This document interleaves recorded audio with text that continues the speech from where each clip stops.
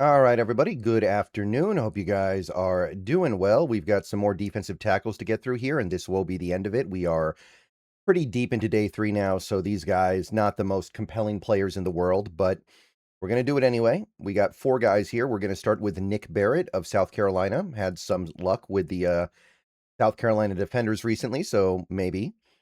This video is sponsored by Prize Picks. And yeah, South Carolina, 23 years old, is Nick Barrett. He's pretty well sized. A lot of these guys we've been talking about in this video, undersized, not him. 312 pounds, 33 and 3/8 inch long arms, which is above average. So that works, that plays. So physically pretty good. Athletically, it's a mixed bag. He's not really fast, but he does have a little bit of explosiveness, so it's not all bad. CBS loves him, by the way. They actually have him up in the 3rd. Aggregate puts him in like the late 6th or early 7th. He really only has 1 year of production. He barely played before 2025. He was good in 2025, but complete non-factor as a pass rusher. 9 pressures, 42 tackles. That is a troubling ratio, and it does kind of tell you what his main limitation as a player might be. Good PFF grade, though. So the size really stands out here. If you want a bigger defensive tackle, somebody that isn't just like a undersized stunter, then this is going to be one of the guys you look at here. He understands leverage. He knows how to get low. He knows how to be the low man into contact, and he is kind of short for a guy this heavy, so that's a good sign as well.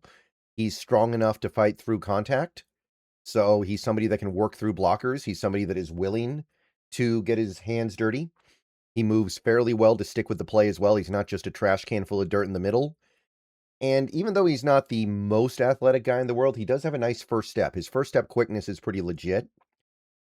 Now, we only have 1 year to go on because he did not play at all in 2024, and he was basically a pure reserve in previous years. So only 1 year of production, basically a big nothing as a pass rusher.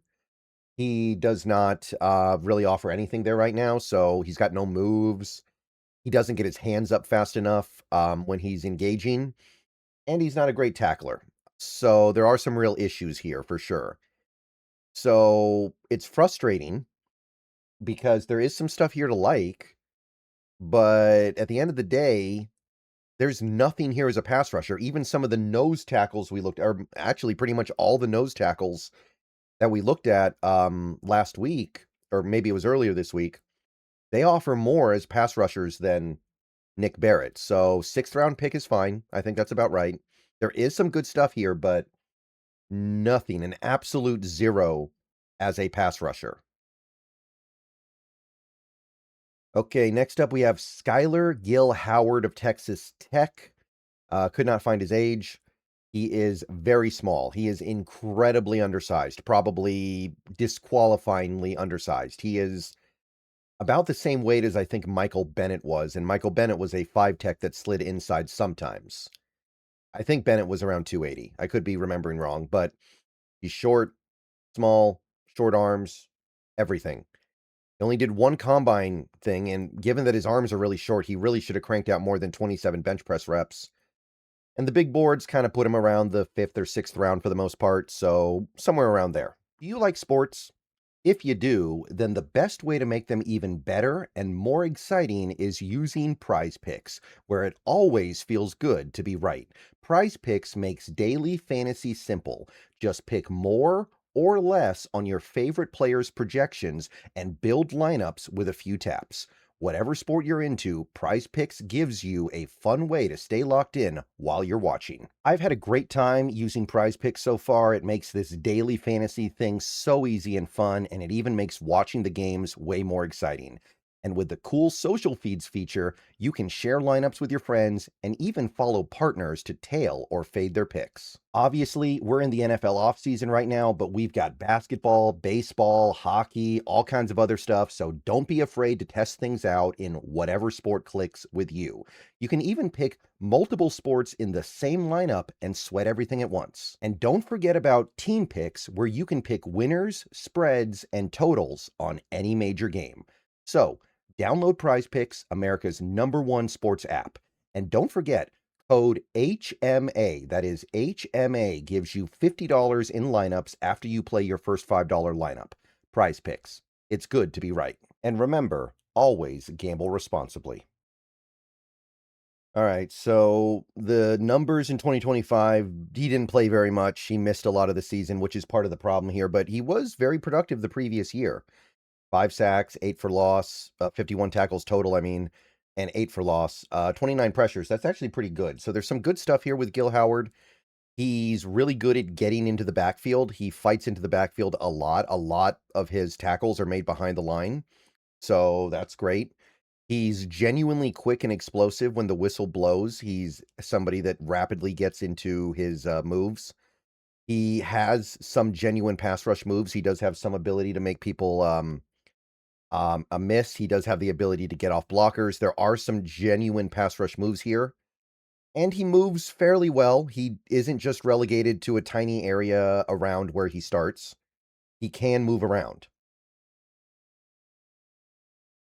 He's just so small. You almost wonder if he's just going to be like a defensive end that slides inside on occasion. And even then, it's like the arms are so short. How does this work? I feel like this doesn't work because there's too many physical limitations. He's got no bull rush whatsoever, so him winning with power is just not going to happen. Barely played in 2025 because he got hurt. And I think there's a little bit of a concern about effort here, maybe. He doesn't seem to fight as hard through the whistle as you would like. He's not going to get a lot of second effort or third effort sacks. So a little bit of a concern there. So this one's tough. It's fun because he's so small. Like it's almost kind of endearing in a weird way, right? And he's been productive in college, which is more than what I can say for some of these guys. He's actually been a decent pass rusher. So I'll take a shot on it in the 6th round. All right, moving along here, Bryson Eason of Tennessee is our next guy here. Couldn't find his age. Bigger guy. And he's squat, too. He's only 6'2", but he's 323 pounds. So he's actually kind of squat, which is nice. And he's got decent arm length, man. 33 and an eighth. That works. That plays. 10-inch hands, sure. Testing was mixed, but there is some good stuff here. And remember, he's a big dude. So you got a 323 pounder broad jumping 9'4". That is explosion right there. And I mean, I don't need a defensive tackle running 40 yards in a straight line most of the time.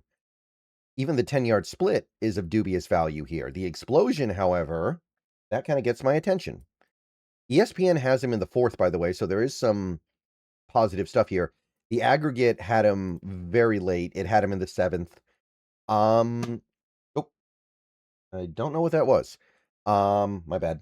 Anyway, stats were actually pretty good at Tennessee, right? A lot of tackles for loss, but not a lot of production rushing the quarterback necessarily. PFF grades weren't great. So big and squat, like I said, and that stands out in this class because a lot of these guys are smaller. It's hard to get him off the spot once he anchors down. He is a space eater. Maybe he could even be a nose tackle on some level. I don't know. He's firm and fast with his punches, and his punches do a good job dislodging blockers. He understands leverage. He understands how to get low. He understands how to bend his knees, and he moves with some pretty decent urgency here. So he's not athletic in the speed sense, but he is able to move around when he needs to and get to the spot when he needs it. So Bryson Eason, pretty good, pretty strong, but first step quickness, not really. No, he doesn't get off the ball fast. And the issue is he's still not quite big enough or incapable of occupying multiple gaps. So if you want him to do 2-gapping stuff, it's a little bit thin to me. And that reduces it a little bit because if that's the case, being the space-eating nose tackle, I don't know. And while he does have pass rush upside, and I do want to point that out here, he hasn't done anything with it yet. You'd think you would have seen it by now. So I don't know. Maybe we'll never see it. So this is kind of fun. I like the size. I like the leverage. I like the anchor. I like the punches. And I like the fact that he has a little bit of pass rush upside. I'm liking this a little bit more than most people. I went 5th round pick.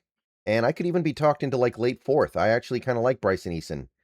There's something here, man. Something here. I like it a little bit more than the experts seem to. And our final defensive tackle this year is going to be James Thompson Jr., Illinois. Did not go to the combine. So our data is very limited. Now, the thing with James Thompson Jr. is that he is supposedly very tall. We don't know because he didn't get measured at the combine. We don't know exactly how tall he is, but according to the data we have, he is 6'6", 310 pounds. So he is reasonably big, but the most notable thing here is that he is super tall. And the only big board that had him was Pro Football Focus. They had him at the back of the 7th. The aggregate also had him back at the 7th. Put up some pretty good numbers the last couple years, especially 2025 as an interior 300-pound plus guy, 41 tackles, plays. Not a lot of production as a rusher or anything like that, but not bad either. 76.5 PFF grade. So one thing I'll say about Thompson, and this is kind of why he's even worth talking about, he understands leverage pretty darn well. He knows he has to get low to win. At 6'6", everyone gets under your pads unless you do not allow them to. He's got decent size, like I said. He has some pass rush moves. He's got the swim. He's got the arm over. There are things that he can whip out that give offensive linemen trouble beyond just I'm fast or I'm strong. So that's good. And I think he's going to offer some flexibility. He might be able to play in a 3-4. He might be able to play in a 4-3. He might be able to do nose. He might be able to do 3-tech, 4-eye, 2-eye. He's going to offer some interesting versatility here. So I like that with Thompson. Now, don't get carried away with the pass rush stuff. It's still limited. He doesn't have a ton of different things he can do. He's an older player. I couldn't find his exact age, but I think he's going to be either 24 or 25 when the season starts. So he's not going to improve that much because he's already close to his peak. He's already had injury problems in his career, multiple. So you have to be wary of that. You might not be getting the most available player ever. We don't have testing data with Thompson, no combine, and the hand usage is lacking somewhat. So, at the end of the day, take him for what he is. I don't mind this one. It's just hard when you don't have the testing. It's not like he was super productive in college. So testing numbers and having confirmation on his exact size would have been nice. But 6th round is fine. I think 6th round is fine here. Somewhere around there. And that's, I think, going to take us home. So, unless plans change, tomorrow we're going to be doing, quarterback. So, I know that quarterback is not necessarily interesting to us as Seahawks fans, but I still want to go ahead and talk about it, be academic, try to understand what's going on. And we're going to work through the remainder of the positions over the next several days. All right. See you guys later. Go Hawks. Everyone have a great rest of your day. Might do another video later, might not. I don't know. But thanks for coming out. I understand that we are now firmly in the part of the draft that Seahawks fans are not plugged into, but I'm going to keep posting the videos anyway for anybody who likes them. And there's nothing else to do right now anyway. All right. Go Hawks. See you guys soon. Everyone have a great rest of your day.